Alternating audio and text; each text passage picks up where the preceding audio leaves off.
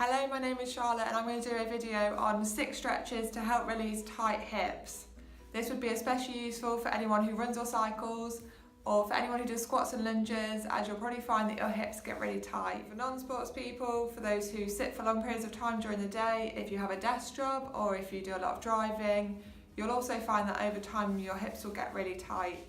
Okay, so you're sitting for long periods of the day with your hips in this position, and then when you stand up, they'll then stretch. Eventually, over time, what can happen is that it's going to pull your pelvis forwards, which is out of a neutral position, so your hips should be back, but if they are really tight there, then it's going to start to pull you forwards. So make sure you keep stretching to avoid any long-term problems. And then make sure you warm up before you do the video.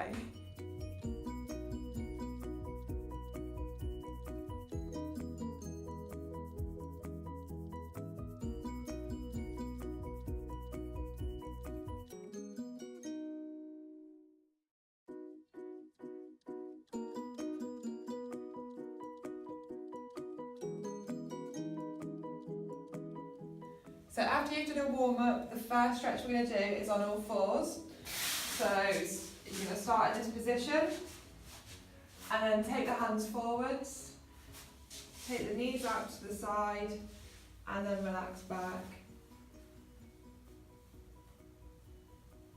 You're going to hold this stretch for about 10 seconds.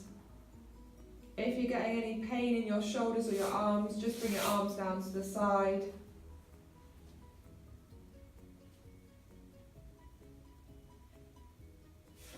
And then slowly bring it up. Take one leg forwards. You're looking for 90 degrees in both legs, so you're not going straight into a lunge stretch. Stay up nice and tall. And then what I want you to do from a neutral position is you're going to push the hips forwards.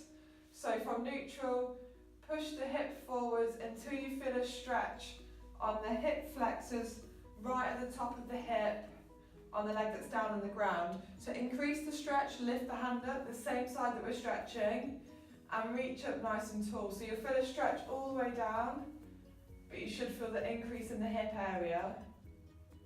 If you've got good balance, you can take it into a slight lean over the front leg.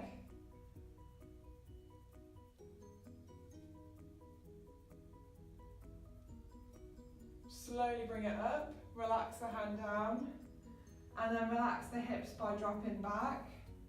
The next one, we are going to take it into a lunge stretch. So move the front leg forwards, and then slowly relax down. You'll start to feel an increase on the hip at the back. Just make sure you keep pushing the hips forwards. If you've not got very good balance, put one hand on the ground or one hand on the front leg to help. Try to relax into it as much as possible. And after about 10 seconds, relax both hands inside the front leg. And now you're a little bit more stable, so think about relaxing and sinking into the stretch. If you want to increase the stretch, you may find that this is enough, but if you are quite flexible, you can extend the back leg to go onto your toes. And again, then just think about sinking a little bit deeper.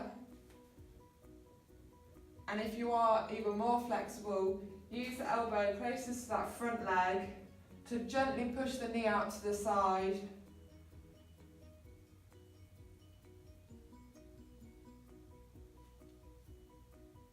Release that pressure, slowly relax the knee down.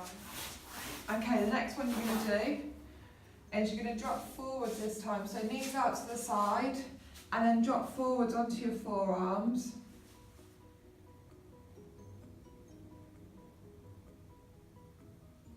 See if you can walk it forward and drop the knees down out to the side.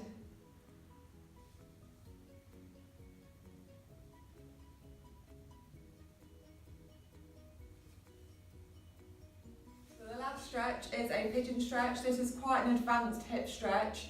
So if your hips are quite tight, leave this out until they become more flexible.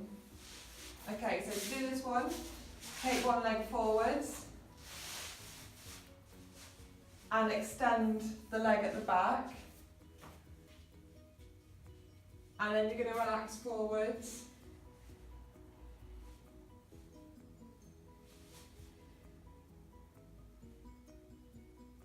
So you should feel this stretch on both sides. You'll probably feel it quite a bit on the glutes as well on the front leg.